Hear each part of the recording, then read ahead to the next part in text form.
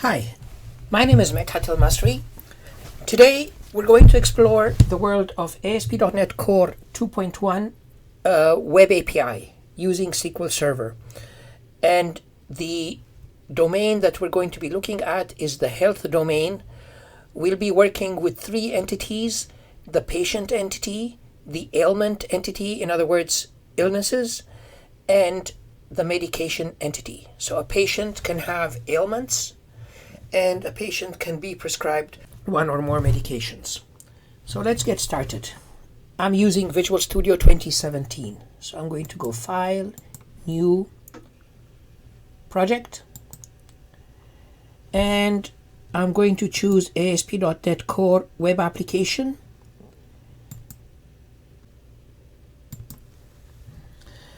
I'm going to call the app Health API. You can call it whatever you like. Click on OK. Now, the template I'm going to be choosing today is this API template. So let me click on API.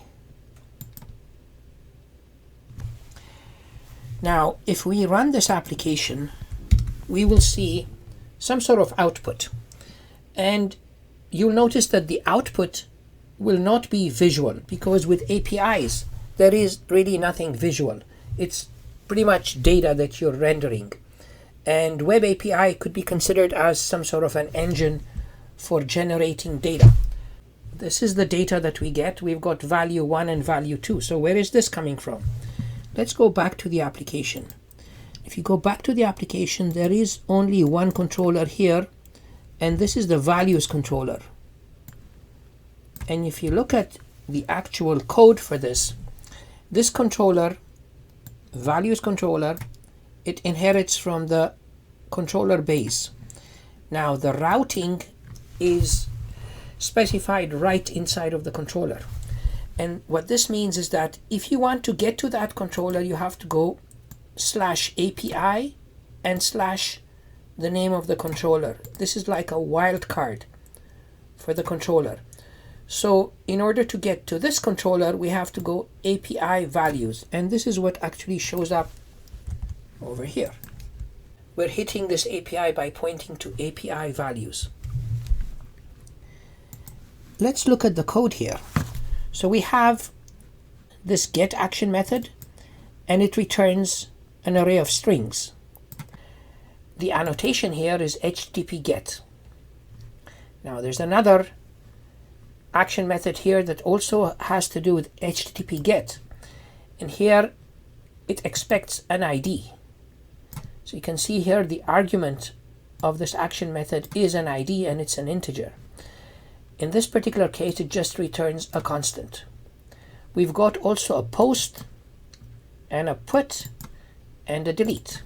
Now let's step back. The get, when it comes to the HTTP method get in RESTful services, it's associated with retrieval. The post is associated with adding data or inserting data. The put is associated with updating data. And the delete is very clearly what it's supposed to be, and that is just delete.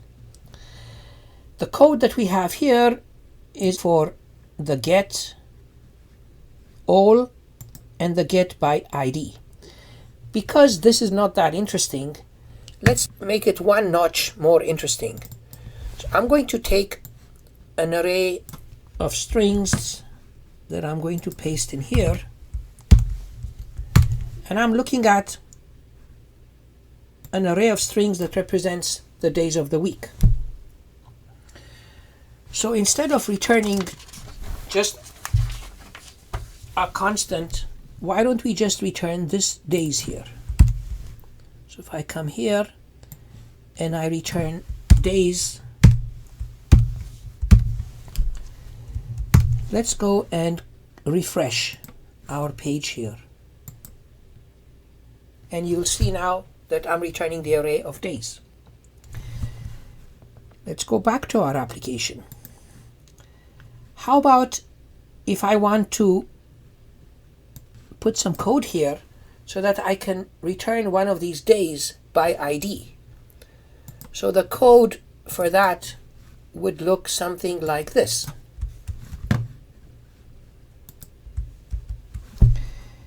I'm going to check whether my ID is greater than -1 and less than the size of this array, the days array.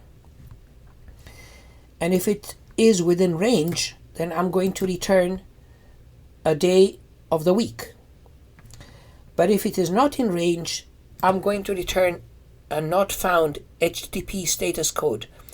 And that not found HTTP status code is really status code 404. So let's try this out. Let's come back here, refresh. Now if I go /3, it will return for me Thursday. So this works. How about if I enter 11? And we don't have a day of the week in the range of 11. So what are we going to get? We'll get HTTP error 404. Let us do something more interesting. And as I said before, we'll try to build a model centered around the health domain. And I want to start building code-first development entity framework model. The template that I am using here, the API template in Visual Studio, doesn't have any support for SQL Server or entity framework. So there are a couple of packages that I need to install. And here are the 3 packages. If you're using the package manager, you need to install these packages. If you're using the terminal Windows, you need to install the same packages but using the .NET add package command. So I'm going to use the package manager that comes with Visual Studio. So let's come here and choose Tools. You get Package Manager Console, which is this one here.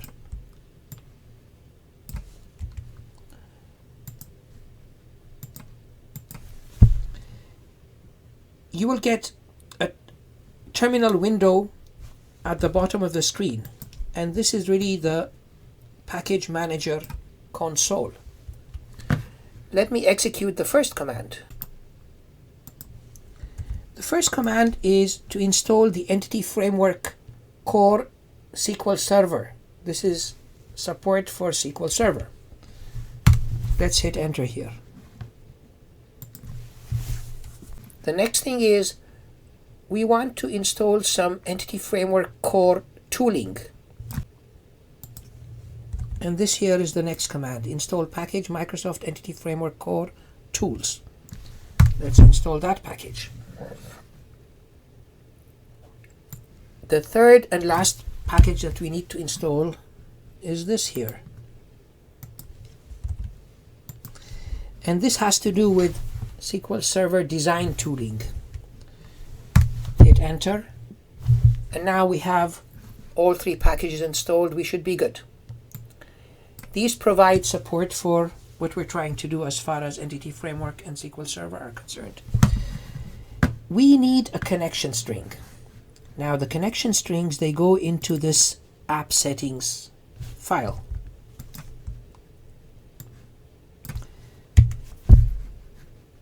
I'm going to add a connection string for local DB, which is the lightweight SQL Server for developers. And this is what my connection string looks like. The name of the connection string is default connection, and this is the connection string. So the name of the server is this. The name of the database, we're going to call it Health API. Trusted connection is true, and multiple active result sets is true. So this makes up my connection string. Let us create the 3 entities I talked about earlier on. So we need to have a folder here called models. Add new folder. I'll create a models folder.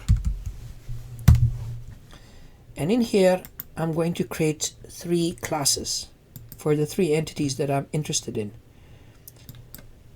I'm going to create an ailment class.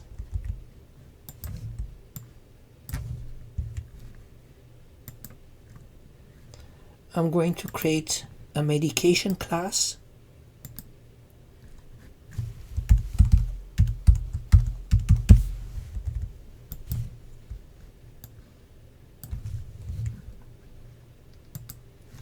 And I will create a patient class.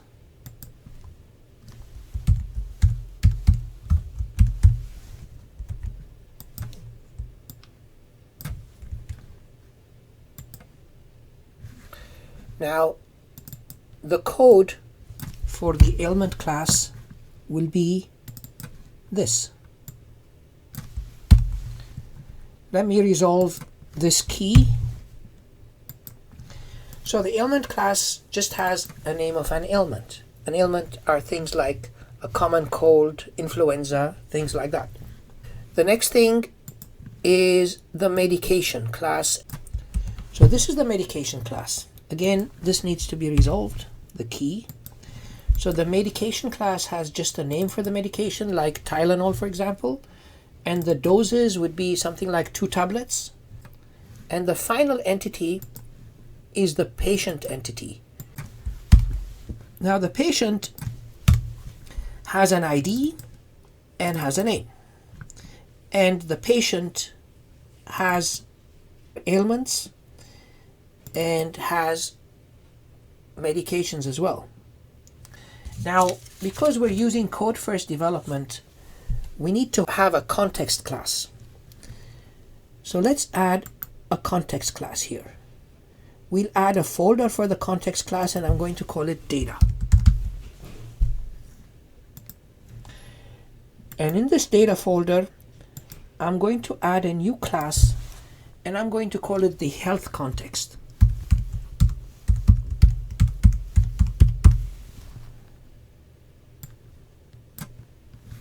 Now that we have the class for the HealthContext, let us add some code to it.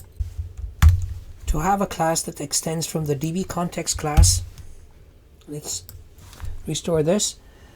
And we're defining 3 entities: the ailments entity, the medications entity, and the patients entity. Now that we've defined the HealthContext class, we need to associate this HealthContext class with the connection string. That is done in the startup.cs file in the configure services method. So let's go into the startup class and have a look at the configure services method. In here, we need to add some code that associates the context class, in our case the HealthContext class, with the connection string. And this is the code for that. So here we're going to say we want to add a DB context based on this HealthContext class.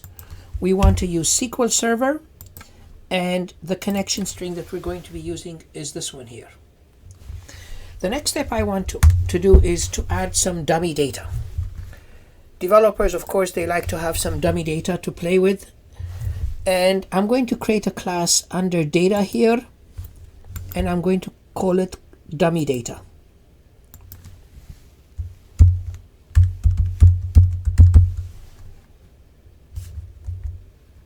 This is the name of the class. Having added this class, I'm going to add some code to generate for me some dummy data. So now let's look at the code.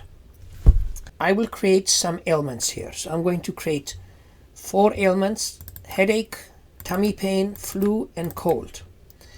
And I'm going to create 5 medications: Tylenol, aspirin, Advil, Robaxin, and Voltaren, and the doses are going to be 2, 4, 3, 2, and 1. Now, patients have ailments and they have medications. Okay, Jim Jones is going to take 2 ailments, the first 2 ailments. So I'm going to give him headache and tummy pain. and he's going to take 2 medications. He's going to take Tylenol and aspirin. And Ann Smith is going to take ailments and some medications, and the same is true of Tom Myers. Now that we have associated the connection string with the context class and we've created dummy data, there's this initialize method at the top of this dummy data class. It receives an app object, and from that app object we get a service object. From that service object we can obtain a handle to the database context. Using the context object, we check that the database has indeed been created. So you call the ensure created method. Here we're checking, is the ailments entity created, and does it have data? If it has data, we're going to assume that the seeding process has already happened and we're going to return. If it doesn't have any data, we're going to call the get ailments method. It's going to return for some ailments and we're going to save them. We do the same thing with medications. We get the medications, save them, and then we call the patients method. Now the patient method takes a context object, as we can see down here. And the reason it takes a context object because we want to use it to get a bunch of ailments and medications. So this is what the dummy data class does and what the different methods in this class does. Now the next step is we need to call this initialize method, and the place to call it is in the startup. So we can come down to the configure method down here and then call that with dummy data dot initialize and pass it the app object that is available in this method. We are now ready to do some migrations. So the first migration command is going to be this here. Here we're going to add a migration, and we're going to call the migration initial create, and the output directory for the migrations is going to be data migrations. So let me run this. And it did create for us a class here called initial create with a timestamp before it. Now these are the commands that actually produce for us the tables in the database. So we're going to get a patients table, we're going to have an ailments table, and a medications table. The next command is the one that produces for us and creates for us the database. At this point in time, if we go into Object Explorer and we look at the databases, we don't have any database by the name of Health API. The next step will create for us the database. So the next command is update database. Let's execute this. If we come back to SQL Server Object Explorer and right click on database and choose refresh, sure enough, these are the tables of the database. We have ailments, medications, and patients. But if you go into any of these and view data, there's no data yet, because the code for producing the data, we put it in startup right here. So now let's run this. When we run it, data in the database will be created. Of course, the main output doesn't change because we haven't really created any new controller. But let's check to see that indeed data has been created. So right click on ailments and let's click on view data.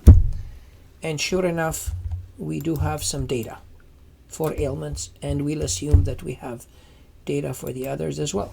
The next thing is, let us scaffold a controller for patients. So we can right click on controllers and go add controller. Now if you expand common, there is an option here for API. Let me click on that and we can choose this option here, which is API controller with actions using entity framework. I'm going to click on that and add. Now for the model class, I'm interested in patient. For the data context class, we have only one database context, and that's the health context. So this is what I'm choosing. For model class, it's going to be patient. For data context class, it's going to be health context. And this is the name of the controller. I'm going to accept the default and click on add.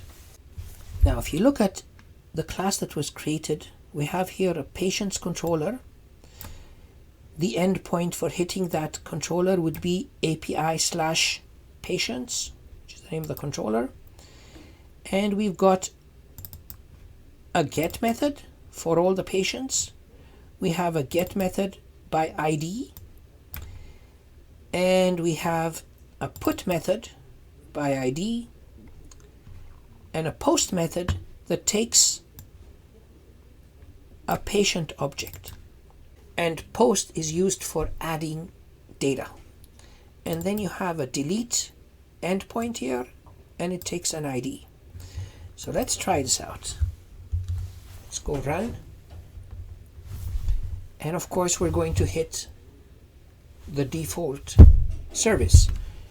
If you want to hit a new endpoint, you have to type in API patients. Like this. And there you go. This is the data of patients.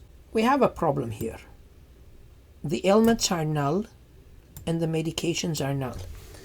And this is because of something called lazy loading in Entity Framework. Unless told to do so, Entity Framework does not go and grab the related entities.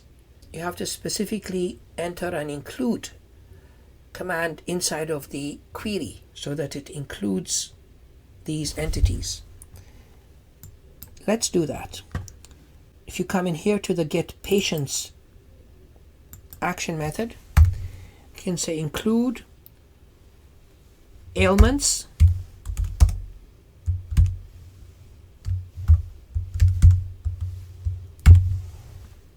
and I can say include the medications.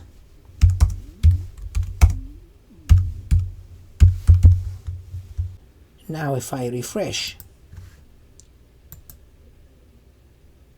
sure enough, we get our ailments and we get our medications. Now how about we make this the main service, the default service? The place to do that in Visual Studio is to go under Properties, Launch Settings, and the default service is API values. Let's change that to patients. This is for IIS Express. And this is what's going to be used for the Kestrel server. So I would enter here patients as well. Now, if I save this and if I run, it's going to hit the default page. Now suppose I come here and I say I want to have patient number 3. It's going to give me Tom Myers. But again, we don't see the ailments, we don't see the medications for Paul Myers. So we need to do some adjustment to the code again in the patient's controller. And it would be in here. It would be get patient by ID. Now, we need to do some modification to this code here. And the modification for that code would be something like this. We're going to replace this code with this code where we're saying, get me all the patients include ailments, include medications, and get only the patient whose ID equals the ID that's being passed in here as an argument. So let's try and see if this is going to work. So come back here, refresh.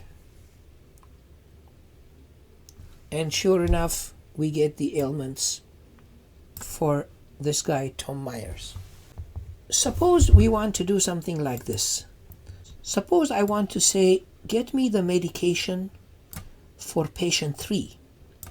I don't want all the stuff. All I want is the medication for patient 3, which is this. This is what I'm interested in. I don't want the other stuff. And this is so that I can show you how to go about customizing an endpoint. You can customize the action method so that it has a specific route and also it delivers custom data. Let's look at an example. Let's paste some code here. This endpoint is going to look like this. It requires an ID followed by the word medication. So if we want to access this, we'd go API patients 3 medication. Now it receives an ID. It goes off, gets the patient where the ID is the ID that's being passed through. If the patient is not found, it's going to return a not found. And what it returns here is just the medications for that patient. So let's come back here and see if this is going to work. So I'm going to choose this endpoint as I told you before and see if it just returns for me what I'm looking for. And here it is. It returned for me just the medication for the patient with ID equals to 3. Now, let us consume this API service from another project. So I'm going to add another project here, and I'm going to call it client app. Click on OK. Now this client app, I'm going to choose the empty template.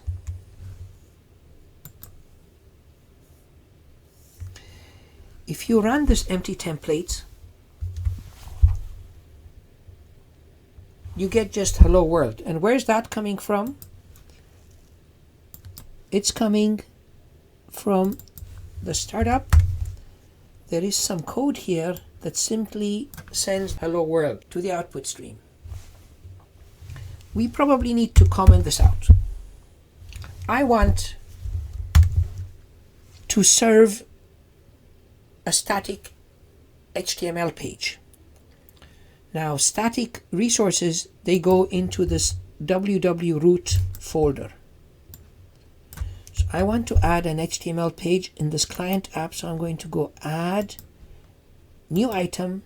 I'm going to enter the word HTML in the filter, and I'll choose this HTML page, but I'm going to rename it to index. So this is the name of my file. Click on add.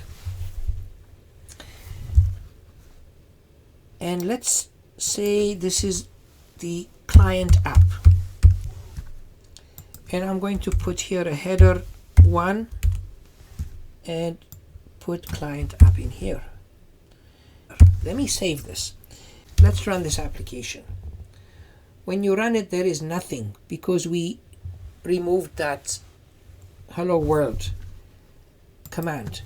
Now you would think that if I enter index.html, it would serve that page, but it doesn't. It doesn't find that either. The reason it doesn't work is because the template we used is really bare bones and it doesn't even know how to serve a static resource. Now to fix that, we have to go into the configure method in startup and go app.use static files. By just adding that, we're getting the ability to serve static files added to the pipeline. So now if I come back here and I refresh, we should get our page.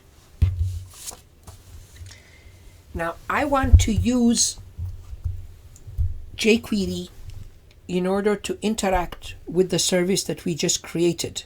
To add jQuery, there is now an ability to manage client-side libraries. So if you right-click on your project, you can choose Manage Client-Side Libraries. Let's do that.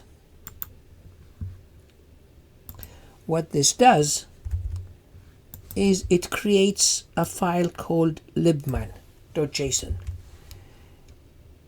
And this is what it looks like.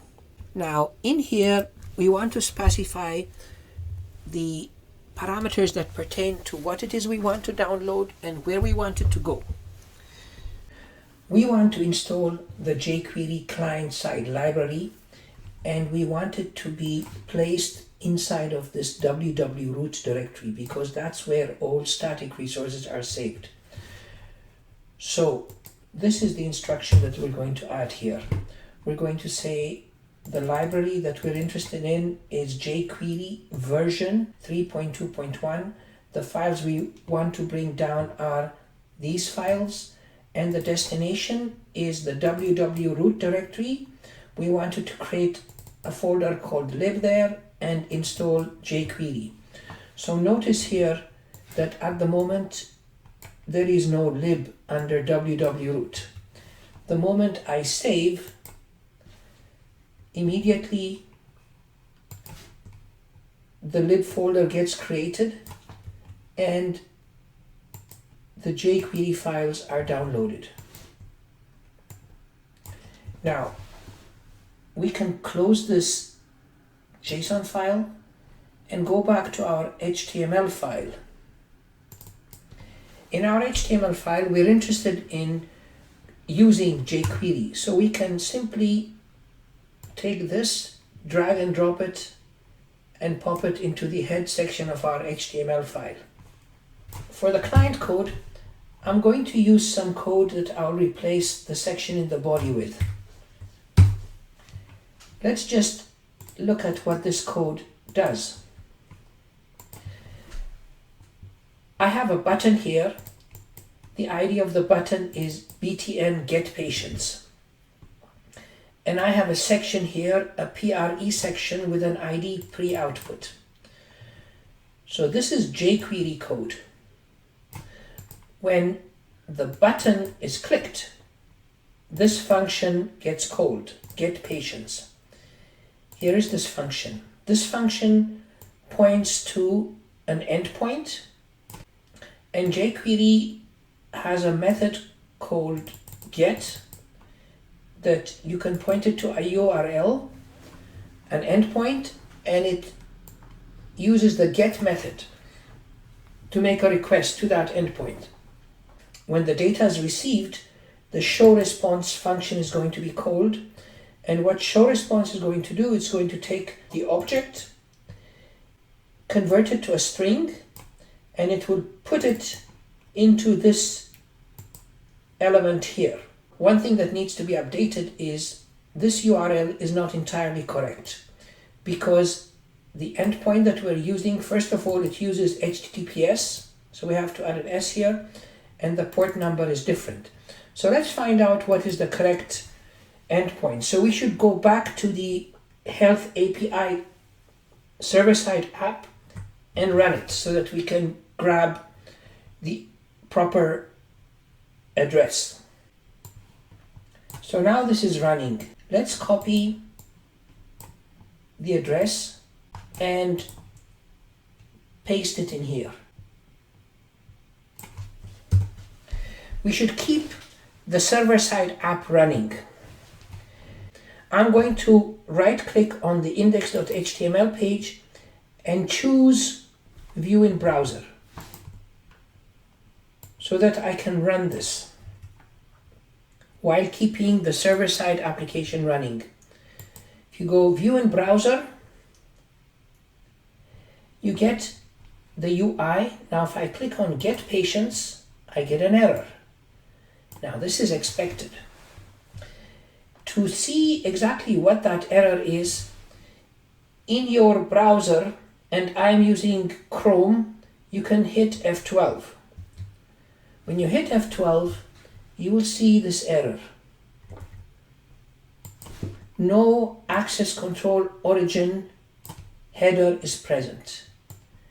And this means that the server does not allow a request to come to it from another domain.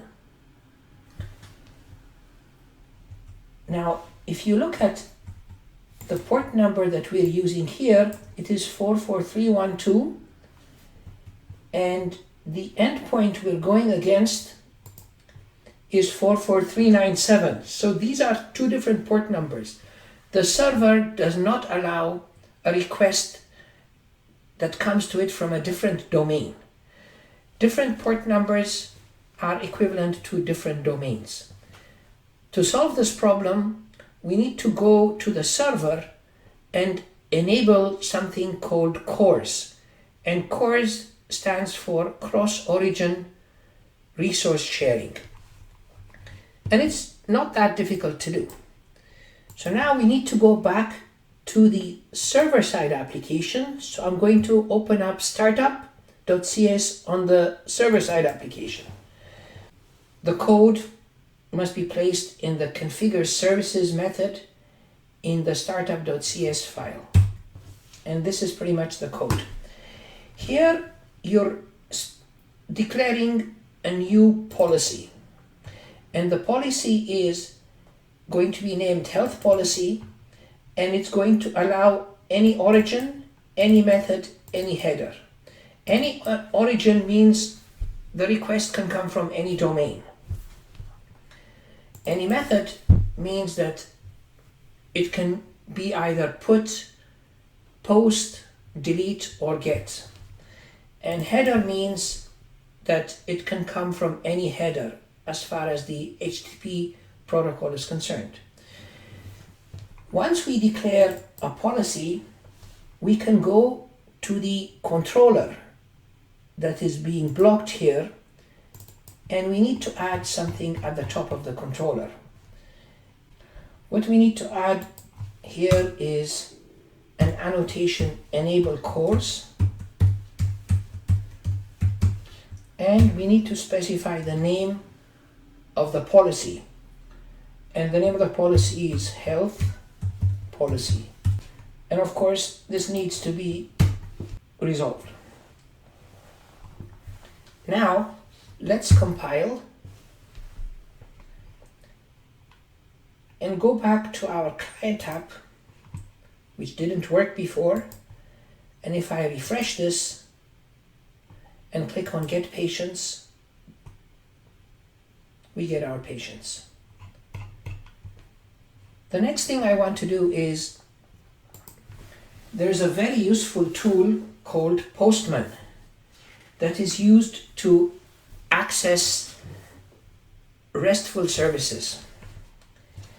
You can get Postman by going to www.getpostman.com. Let's go there.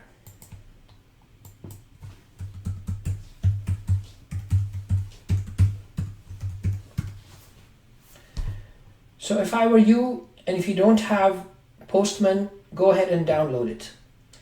I've already downloaded it. I'm going to close this and start Postman.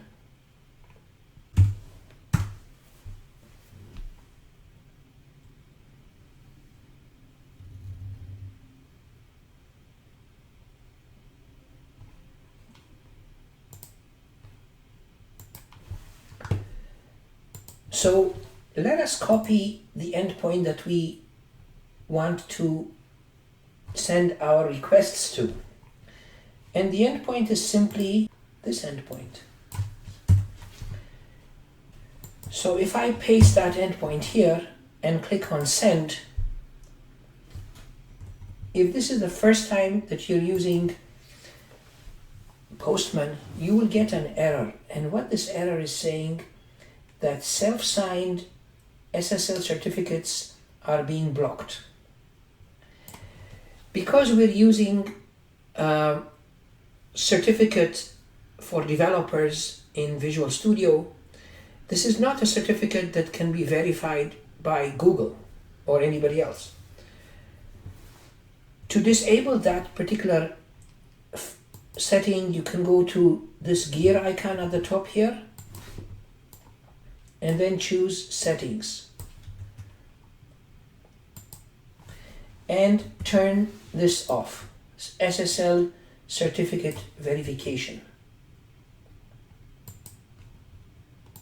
Now if I try this, it should work. So this is using the get method. How about we try doing a post? You can see here that we have patients 1, 2, 3, but we don't have a 4. Let me do this. Let me choose post here, and the endpoint is the same, but I need to specify that I'm going to send some data to the body. Through the body, it's going to be row, and the type is going to be JSON. And the data is going to look like this. Name,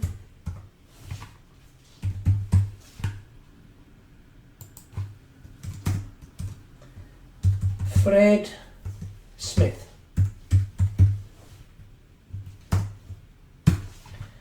So this is the data that I want to insert into the database. So if I click on send here, the output coming back from the database is this. So indeed, it created for me a new patient with ID 4. This is the name, no ailments yet and no medications yet. And also another thing that gives you a sense of comfort is the status code coming back is status 201, which means that a record has been created. Now let us copy this here, and this time let me do a put. A put means update. So the reason I copied that here is because I want to paste it instead of this. And this is patient number 4. The name, I want to change it to Jane Doe.